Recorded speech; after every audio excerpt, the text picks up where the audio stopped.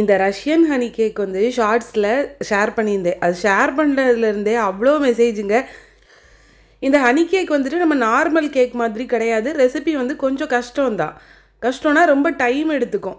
இந்த கேக்கில் நம்ம என்னென்ன பண்ணணும்னு பார்த்தீங்கன்னா, கேக்கில் ஃபில்லிங்ஸ்க்கு வந்துட்டு க்ரீம் ரெடி பண்ணணும்.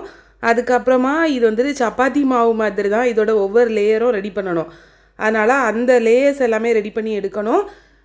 க்ரீமில் சேர்த்து மிக்ஸ் பண்ணுறதுக்கு சோர் க்ரீம் ரெடி பண்ணணுங்க. அதை எப்படி நீங்கள் ப்ரொனவுன்ஸ் பண்ணுவீங்கன்னு தெரியாது. எனக்கு அது சோர் க்ரீம் தான். சரி, ஓகே. ஃபஸ்ட்டு நம்ம இது எப்படி பண்ணுறதுன்னு பார்த்துடலாம்.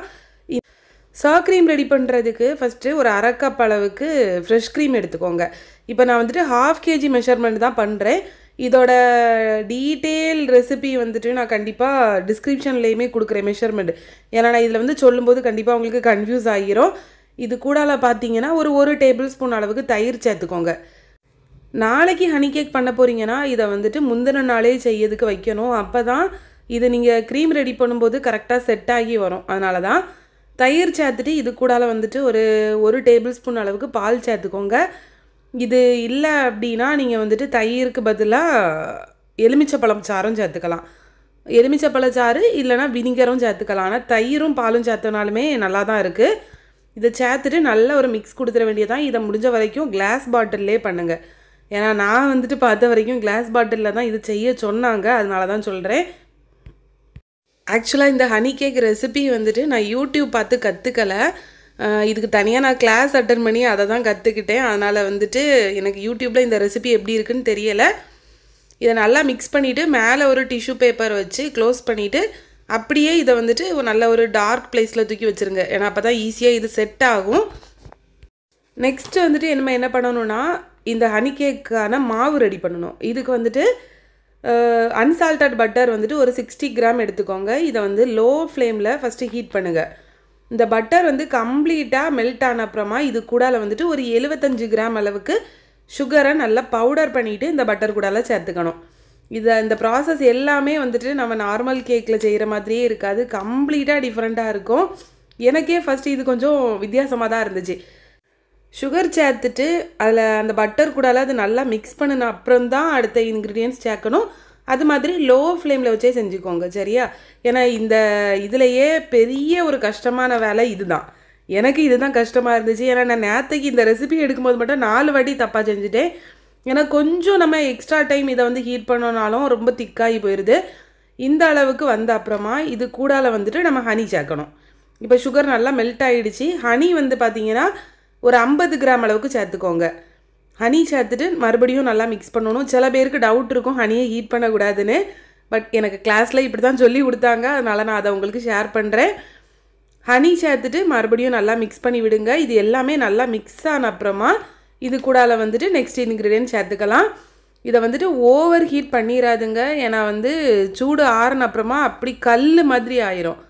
அதனால் அந்த மாதிரி பண்ணிடாதுங்க. அப்போனா திருப்பி நீங்கள் மறுபடியும் தான் செய்கிற மாதிரி இருக்கும். ரஷ்யன் ஹனி கேக் சாப்பிட்ருந்தீங்கன்னா கண்டிப்பாக இப்போவே இது ஹீட் பண்ணும்போதே உங்களுக்கு அந்த ஃப்ளேவர் நல்லா சூப்பராக வரும். இன்னொரு இது என்னென்னா, சுகர் பவுடர் பண்ணும்போது அது கூடால ஒரு ஏலக்காய் இல்லைனா ஒரு சின்ன துண்டு பட்டை சேர்த்து நல்லா பிளெண்ட் பண்ணி எடுத்துக்கோங்க. நான் அது எதுவுமே சேர்க்கலை. ஏன்னா வீட்டில் பண்ணுறதுனால எனக்கு அந்த ஃப்ளேவர் ரொம்ப பிடிக்காது. இது கூடால வந்துட்டு ஒரு 1/2 டீஸ்பூன் அளவுக்கு பேக்கிங் சோடா சேர்த்துக்கோங்க. பேக்கிங் சோடா சேர்த்துட்டு மிக்ஸ் பண்ணணும். இது உடனே இந்த மாதிரி நல்லா நொரையாக வரும். ஒயிட் கலரில் வரும். இப்போ பார்க்கும்போது உங்களுக்கு தெரியுது பார்த்தீங்களா, கலர் ரொம்ப ஒயிட் இல்லை. இந்த மாதிரி ஒரு கலரில் வரும்போது ஃப்ளேம் ஆஃப் பண்ணிடுங்க. ஆஃப் பண்ணிவிட்டு கைவிடாமல் மிக்ஸ் பண்ணிகிட்டே இருக்கணும்.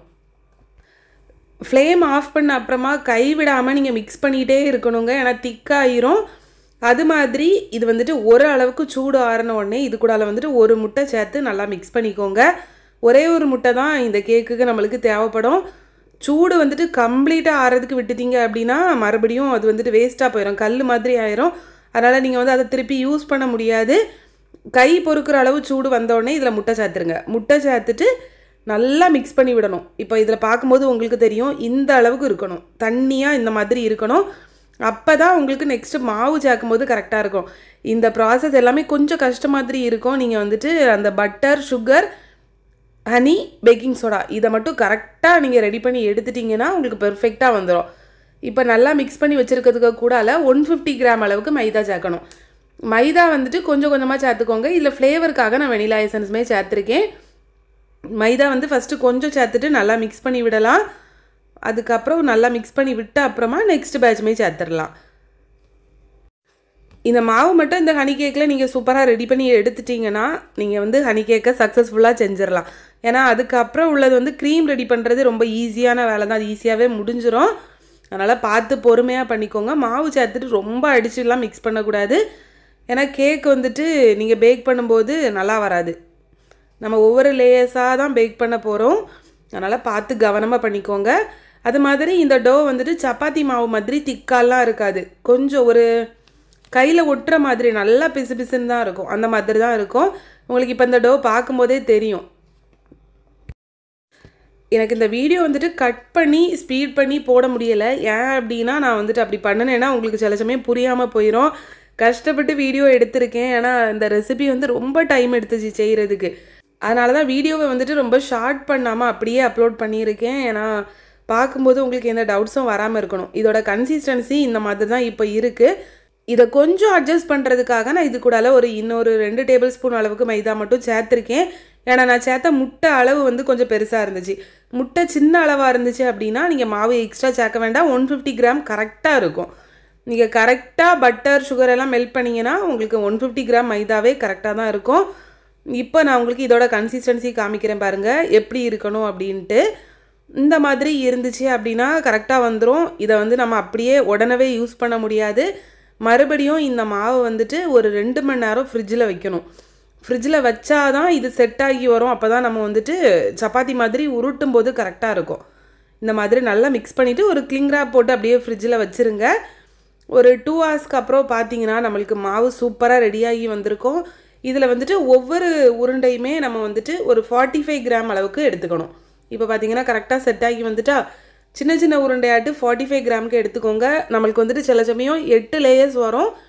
எக்ஸ்ட்ரா மாவு ஆட் பண்ணோன்னா நம்மளுக்கு வந்துட்டு 9 லேயர்ஸ் வரும். 9 லேயர்ஸ் வந்துச்சுன்னா 8 லேயர்ஸ் வந்துட்டு கேக் பண்ணுறதுக்கு எடுத்துக்கோங்க. ஒரு லேயர் மட்டும் எக்ஸ்ட்ராவாக பேக் பண்ணி நம்ம கொஞ்சம் கிறிஸ்பியாக எடுத்துக்கணும். அப்போ தான் அதை வந்துட்டு நம்ம பவுடர் பண்ணி டாப்பில் போடுறதுக்கு யூஸ் பண்ண முடியும். ஒருவேளை உங்களுக்கு 8 லேயர்ஸ் தான் வந்திருக்கு அப்படின்னா அதில் 7 லேயர்ஸ் மட்டும் கேக்குக்கு எடுத்துகிட்டு ஒரு லேயர் வந்துட்டு நல்லா கிறிஸ்பியாக பேக் பண்ணி எடுத்துக்கோங்க. இதில் வந்துட்டு நெக்ஸ்ட்டு ரொம்ப கவனமாக பார்க்க வேண்டியது பேக்கிங். இல்லை பேக்கிங் டைம் வந்துட்டு ரொம்ப ரொம்ப ரொம்ப முக்கியங்க. ஏன்னா நீங்கள் கொஞ்சம் எக்ஸ்ட்ரா பேக் பண்ணிங்கன்னா பிஸ்கெட் மாதிரி கிறிஸ்பி ஆகிரும். நீங்கள் வந்துட்டு கம்மியாக பேக் பண்ணிங்கன்னா கேக் செஞ்சு கட் பண்ணும்போது ரொம்ப சாஃப்டாக அந்த மாதிரி இருக்கும். அதை மட்டும் பார்த்துக்கோங்க. ஏன்னா இந்த கேக் வந்துட்டு பேக் பண்ணி எடுத்த அப்புறம் சூடு ஆறும்போது இன்னும் கொஞ்சம் லைட்டாக ஹார்ட் ஆகும். அதுக்கேற்ற மாதிரி இதுக்கு வந்து எக்ஸாக்டாக டைம் சொல்ல போனால் ஒரு 7 to 8 மினிட்ஸ்க்குள்ளே பேக் ஆகிரும். பேக்கிங் டைம் பார்த்தீங்கன்னா ஃபஸ்ட்டு 180ல் வச்சு ஒரு 10 நிமிஷம் ப்ரீ ஹீட் பண்ணிடுங்க. அதுக்கப்புறம் 160ல் வச்சு தான் பேக் பண்ணணும். 160ல் வச்சு ஒரு 6 to 8 மினிட்ஸ்க்குள்ளாடி செக் பண்ணிகிட்டே இருங்க. பேக் ஆகிரும். அது பார்க்கும்போது உங்களுக்கே தெரியும். லைட்டாக தொட்டு பார்த்தீங்கன்னா நல்லா சாஃப்டாக இருக்கும். சாஃப்டான மாவு மாதிரி இல்லாமல் நார்மலாக ஒரு கேக் பேக் பண்ணி எடுக்கும்போது எப்படி இருக்குமோ அது மாதிரி நல்லா சாஃப்டாகிரும். அந்த மாதிரி டைமில் எடுத்துருங்க. ஏன்னா அதுக்கு மேலே பேக் பண்ணிங்கன்னா உங்களுக்கு ஹார்ட் ஆகிரும். அதனால தான் மேலே இந்த மாதிரி ஃபோர்க் வச்சு லைட்டாக குத்திட்டு அதுக்கப்புறம் வைங்க. ஏன்னா பேக் பண்ணும்போது இல்லைனா நம்ம நார்மல் கேக் மாதிரி சில சமயம் பொங்கி வந்துடும். அதனால தான் எவ்வளோ ஷைனிங்காக சூப்பராக இருக்குது பார்த்தீங்களா. பேக் பண்ணோடனே இப்படி தான் இருக்கும். கொஞ்சம் சூடு ஆறுனப்புறமா இன்னுமே நல்லா சூப்பராக செட் ஆகி வந்துடும். இனிமே நம்ம க்ரீமுக்கு தேவையான ஃபில்லிங்ஸ் ரெடி பண்ணலாம். இதுக்கு வந்துட்டு ஃபஸ்ட்டு நம்ம ஹனி வந்து கேரமல் பண்ணி எடுக்கணும். இது வந்து ரொம்ப ஒரு முக்கியமான ஸ்டெப்பு. க்ரீம்க்கு கூடால இதை ஆட் பண்ணணும். க்ரீமில் வந்து அந்த ஃப்ளேவர் வர்றதே இந்த ஹனிலேருந்து தான் வரும். நம்ம நார்மலாக சுகர் கேரமல் பண்ணுற மாதிரி தான் இதுவுமே. 35 கிராம் அளவுக்கு ஹனி எடுத்திருக்கேன். ஃபஸ்ட்டு இது ஹீட் பண்ணும்போது லைட்டாக தண்ணி மாதிரி இருக்கா. கொஞ்ச நேரத்தில் நல்லா நம்ம சுகர் மெல்ட் பண்ணும்போது கலர் சேஞ்ச் ஆகி வரும் பார்த்தீங்களா, அது மாதிரி கலர் சேஞ்ச் ஆகி வந்துடும். இந்த டைமில் இது கூடால பார்த்தீங்கன்னா ஒரு 1.5 டேபிள் ஸ்பூன் அளவுக்கு நல்லா சூடாக இருக்கிற தண்ணி சேர்த்து மிக்ஸ் பண்ணி ஃப்ளேம் ஆஃப் பண்ணி வச்சுருங்க. தண்ணி சேர்த்துட்டு மறுபடியும் நல்லா ஹீட் பண்ணிங்கன்னா தண்ணி நம்ம ஆட் பண்ணது எல்லாம் வற்றி போயிடும். மறுபடியும் சூடாறி வரும்போது திக்காக கல் மாதிரி ஆயிரும். அதனால் தண்ணி சேர்த்துட்டு ரொம்ப நேரம் ஃப்ளேமில் வைக்காமல் ஆஃப் பண்ணிடுங்க. ஆஃப் பண்ணிவிட்டு இதை ஒரு பவுலுக்கு மாற்றி வச்சிடலாம். இப்போ கேக்கை வெட் பண்ணுறதுக்கு நம்மளுக்கு ஹனி சிரப் வேணும். அதுக்காக வந்துட்டு அதே பேன்லையே நான் வந்துட்டு தண்ணி ஒரு 60 ml தண்ணி சேர்த்துருக்கேன். கூடவே ஸ்வீட்னஸ்க்காக ஹனி வந்துட்டு ஒரு 1லேருந்து 2 டேபிள் ஸ்பூன் உங்களுக்கு எப்படி வேணுமோ அந்த மாதிரி சேர்த்துக்கோங்க. சேர்த்துட்டு இதை ஜஸ்ட் மிக்ஸ் பண்ணி மட்டும் விட்டால் போதும். இது கொதிக்கணும்லாம் அவசியம் கிடையாது. அந்த வாட்டரும் ஹனியும் மிக்ஸ் ஆகி வரணும், அவ்வளோதான். நம்மளுக்கு ஹனி சிரப் சூப்பராக ரெடி ஆகிரும். இனிமேல் நம்ம வந்துட்டு ரெடி பண்ணி வச்ச அந்த சோ க்ரீமை உங்களுக்கு காமிக்கிறேன் பாருங்கள் எவ்வளோ சூப்பராக செட் ஆகி வந்திருக்குன்ட்டு. ஏன்னா நான் வந்து முந்தின நாள் ஆஃப்டர்நூன் வச்சேன். இது நெக்ஸ்ட் டே நைட்டு 10 மணிக்கிட்ட ஆகிடுச்சு. இந்த கேக் ஒர்க் முடிக்கும்போது ஒரு 11:45 ஆகிடுச்சு. க்ரீம் பாருங்கள் சூப்பராக செட் ஆகி வந்திருக்கு, நல்லா ரெடியாக இருக்கா. இனிமேல் நம்ம வந்துட்டு கேக்குக்கான க்ரீம் ரெடி பண்ணிடலாம். இதுக்கு வந்துட்டு 1/2 கப் அளவுக்கு விப்பிங் க்ரீம் எடுத்துக்கோங்க. 1/2 கப்னா ஒரு 125 ml அந்த அளவுக்கு போதும். இதுவே ஜாஸ்தியாக தான் இருந்துச்சு, நீங்கள் 100 ml எடுத்தாலே கரெக்டாக தான் இருக்கும். இது கூடலாம் நம்ம ரெடி பண்ணி வச்சுருந்தா அந்த சா க்ரீமை சேர்த்துடலாம். சேர்த்துட்டு அதுக்கப்புறம் நம்ம கேரமல் பண்ணி வச்ச ஹனியையும் சேர்த்து நல்லா பீட் பண்ணி எடுத்துருங்க. நான் அதை வந்துட்டு வீடியோவை மிஸ் பண்ணிவிட்டேன். ஃபஸ்ட்டு விப்பிங் க்ரீமை நல்லா பீட் பண்ணிவிட்டு அதுக்கப்புறம் தான் அதுக்கு கூடால சா க்ரீமும் ஹனியும் சேர்த்து பீட் பண்ணணும். ஏன்னா நீங்கள் ஃபஸ்ட்டே சேர்த்து பீட் பண்ணிங்கன்னா ஸ்டிஃப் பீக் வராது. அதுக்கப்புறமே இதெல்லாம் சேர்த்து மறுபடியும் பீட் பண்ணும்போது கொஞ்சம் அது வந்துட்டு ஸ்டிஃப் பீக் இல்லாமல் தான் இருக்கும். அதை நம்ம அட்ஜஸ்ட் பண்ணி தான் நம்ம வந்து கேக்குக்கு லேயர் அப்ளை பண்ணணும். ஃபஸ்ட் லேயர் வச்சுட்டு நம்ம ரெடி பண்ணி வச்ச அந்த ஹனி சிரப் இருக்குது பார்த்தீங்களா, அதை வச்சு கேக்கை லைட்டாக வெட் பண்ணிக்கோங்க. ரொம்ப ஜாஸ்தியாக விட்டுறாதுங்க.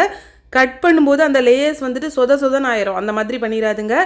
அது மாதிரி க்ரீம் அப்ளை பண்ணும்போதும் ரொம்ப கம்மியாக போதும். நான் வந்துட்டு இதில் எடுக்கும் போதே கொஞ்சம் ஜாஸ்தியாக எடுத்த மாதிரி தான் தெரியுது.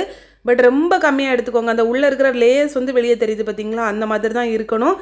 அப்போ தான் நீங்கள் கட் பண்ணும்போது கரெக்டாக இருக்கும். உங்களுக்கு வந்துட்டு original Russian honey cake taste வேணும்னா இந்த மாதிரி பண்ணுங்கள்.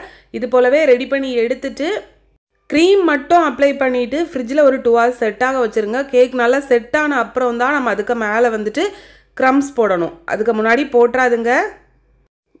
க்ரம்ஸ் எல்லாமே போட்ட அப்புறமா மறுபடியும் இதை நீங்கள் வந்துட்டு ஓவர் நைட் ஃப்ரிட்ஜில் செட்டாக வச்சுருங்க. அப்போ தான் அது வந்து கட் பண்ணும்போது நெக்ஸ்ட் டே லேயர்ஸ் எல்லாமே சூப்பராக இருக்கும். இதை விட இந்த கேக்கை வந்து ஈஸியாக எப்படி சொல்லி தரணும்னு எனக்கும் தெரியல. என்னால் முடிஞ்ச வரைக்கும் நான் சொல்லி தந்திருக்கேன். டவுட்ஸ் ஏதாச்சும் இருந்துச்சுன்னா கண்டிப்பாக கமெண்ட்ஸில் கேளுங்க, நான் முடிஞ்ச வரைக்கும் ரிப்ளை பண்ண பார்க்குறேன். இந்த கேக் ரெசிபி உங்களுக்கு கண்டிப்பாக யூஸ்ஃபுல்லாக இருக்கும்னு நினைக்கிறேன். பிடிச்சதுன்னா நம்மளோட சேனலுக்கு சப்ஸ்கிரைப் பண்ணிக்கோங்க.